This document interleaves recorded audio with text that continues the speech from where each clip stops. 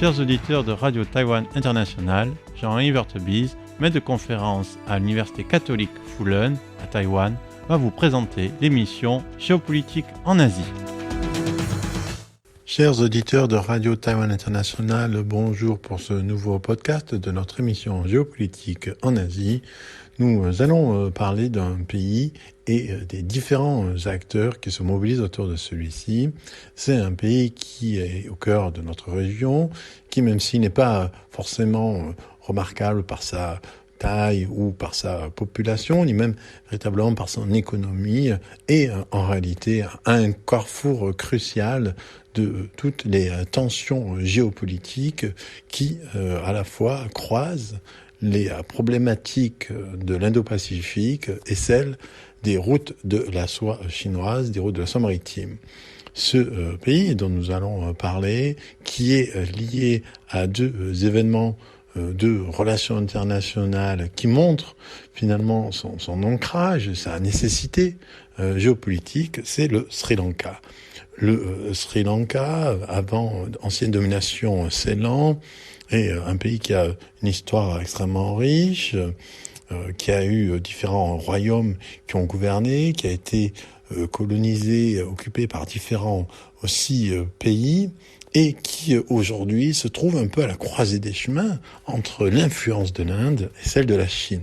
Le Sri Lanka, c'est environ la même population que Taïwan, 22 millions pour le Sri Lanka, 23 millions pour Taïwan, et c'est deux fois la superficie de Taïwan, 65 000 millions de kilomètres carrés pour le Sri Lanka et 36 000 kilomètres carrés pour Taïwan. Donc 65 000 kilomètres carrés, 35 000 kilomètres carrés, une population qui est à peu près voisine, mais une situation économique extrêmement différente entre le Sri Lanka et Taïwan. Le PIB du Sri Lanka, le PIB total, est estimé à 318 milliards pour 2023, 60e en tant que nation, et le PIB de Taïwan est estimé à 1,71 trillion, le 20e en tant que nation, et per capita, Taïwan se place au 15e rang, alors que le Sri Lanka se place au 101e rang. Effectivement, c'est ce différentiel, c'est cette situation économique extrêmement difficile du Sri Lanka.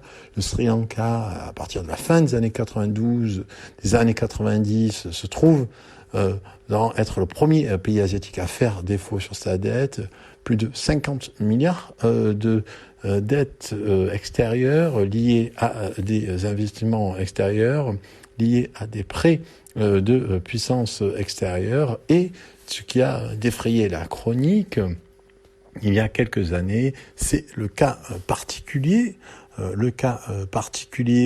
du port du Sri Lanka, Hambantota, qui avait été lié avait été reconstruit par les Chinois, par la Chine continentale, par le PRC, par la République populaire chinoise, et ce port d'Hambantota, il a en fait fait l'objet d'un prêt à la Chine pour 99 ans, du fait que la dette n'a pas pu être payée par le pays, par le Sri Lanka. La dette liée au prêt de la Chine au Sri Lanka a été compensée, le défaut sur sa dette a été compensé par une opération de leasing, comme on dit en anglais, de prêt de 99 ans, et c'était extrêmement symbolique, puisque 99 ans, c'était aussi le prêt que le Royaume-Uni avait obtenu de la Chine par rapport à Hong Kong.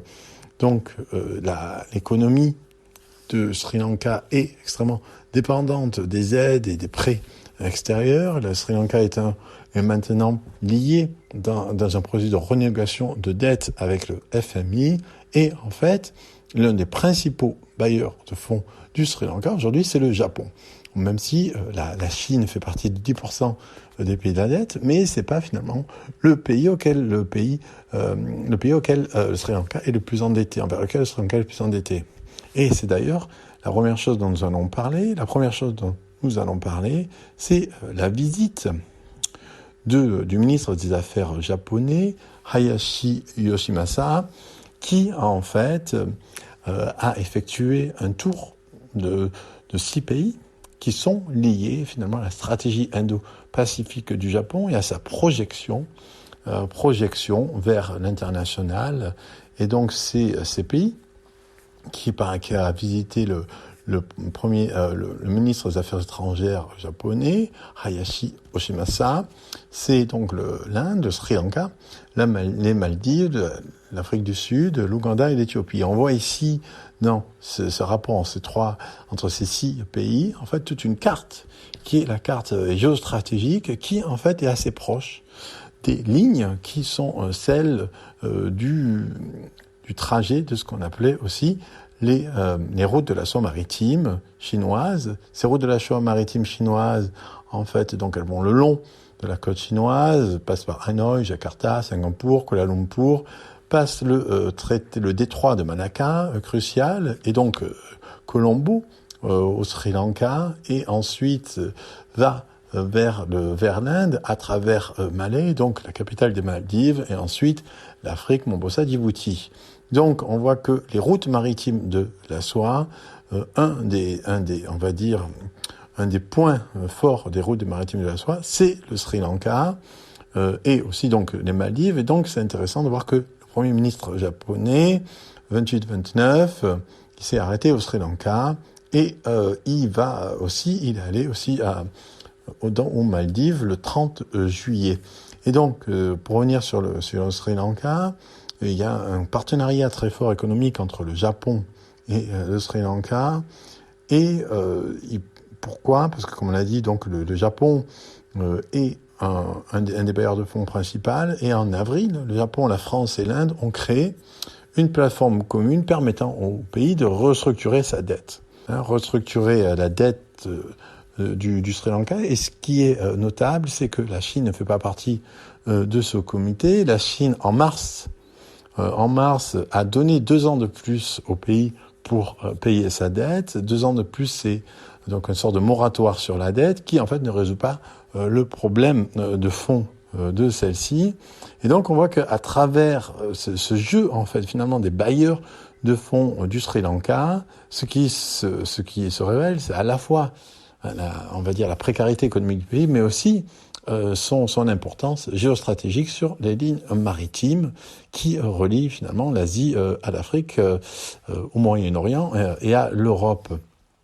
Or, outre cette visite du Premier ministre japonais au Sri Lanka, une autre chose, c'est qu'à la fin juillet, c'est le président du Sri Lanka, l'actuel président du Sri Lanka, Ranil Wickremesinghe, qui a effectué sa première visite en Inde depuis qu'il est donc le nouveau président. Et c'était une visite qui a été extrêmement importante et qui a évidemment évoqué la question de la dette, de la restructuration de la dette, mais qui en fait a véritablement créé un nouveau chemin du développement du Sri Lanka. Du moins, c'est ce qui semble ressortir en fait de cette visite du président du Sri Lanka le 21 juillet en Inde, à New Delhi, où il a rencontré donc Narendra Modi, le principal, le dirigeant de l'Inde, le premier ministre indien. Lors de cette visite, ce qui a été défini, c'est l'idée d'une vision partagée entre le Sri Lanka et l'Inde. Donc l'idée d'une joint vision, et donc d'une sorte de vision partagée, c'est-à-dire finalement, comme ça a été dit ensuite, que en fait le Sri Lanka maintenant essaierait de placer les traces, les pas de son développement dans ceux de l'Inde. Et donc c'est évidemment une sorte de tournant stratégique par rapport à ce qui s'est passé avec l'ancienne présidence, qui avait eu pour résultat donc le fait de placer le Sri Lanka au cœur des routes de la soie maritime, mais aussi avec pour conséquence, évidemment, comme on l'a dit, le prêt un peu forcé du port du Sri Lanka d'Hambantota à cause de cette incapacité à assurer le remboursement de la dette. Et donc cette visite du nouveau président du Sri Lanka en Inde a été extrêmement importante et elle a été extrêmement ambitieuse. Et donc cette vision partagée, elle est liée à cinq points: le développement des ports, de l'infrastructure, le développement d'un hub énergétique, le développement d'une ligne d'acheminement du pétrole, qui passe en fait connectant le sud de l'Inde au Sri Lanka. Ensuite, le développement des réservoirs de pétrole et aussi, encore plus étonnant, un pont terrestre qui créerait en fait un accès maritime pour l'Inde au port de Trincomalee et de Colombo. Alors c'est évidemment quelque chose qui est pour l'instant de l'ordre du projet. En Inde, il a été dit que ce projet de pont terrestre était le fait du président du Sri Lanka. Au Sri Lanka, il a été dit que c'était une proposition indienne. Alors c'est quelque chose qui, évidemment, symboliquement, matériellement, révélerait le profond rattachement du développement du Sri Lanka à celui de l'Inde, et qui créerait d'une certaine manière une sorte de tournant par rapport au positionnement du Sri Lanka à l'intérieur des routes de la soie maritime chinoises. Donc le Sri Lanka, plus que jamais, au cœur de la stratégie de l'Indo-Pacifique, une sorte de concertation sans concertation entre le Japon et l'Inde pour réancrer le Sri Lanka au sein de l'Indo-Pacifique, essayer de le détourner de l'influence chinoise, surtout avec la nouvelle présidence. C'est donc tout ce nouveau Sri Lanka adossé à l'Inde qui émerge et qui n'émerge pas sans créer aussi des questionnements de la société civile. C'était Jean-Yves Heurtebise dans son émission Géopolitique en Asie pour RTI.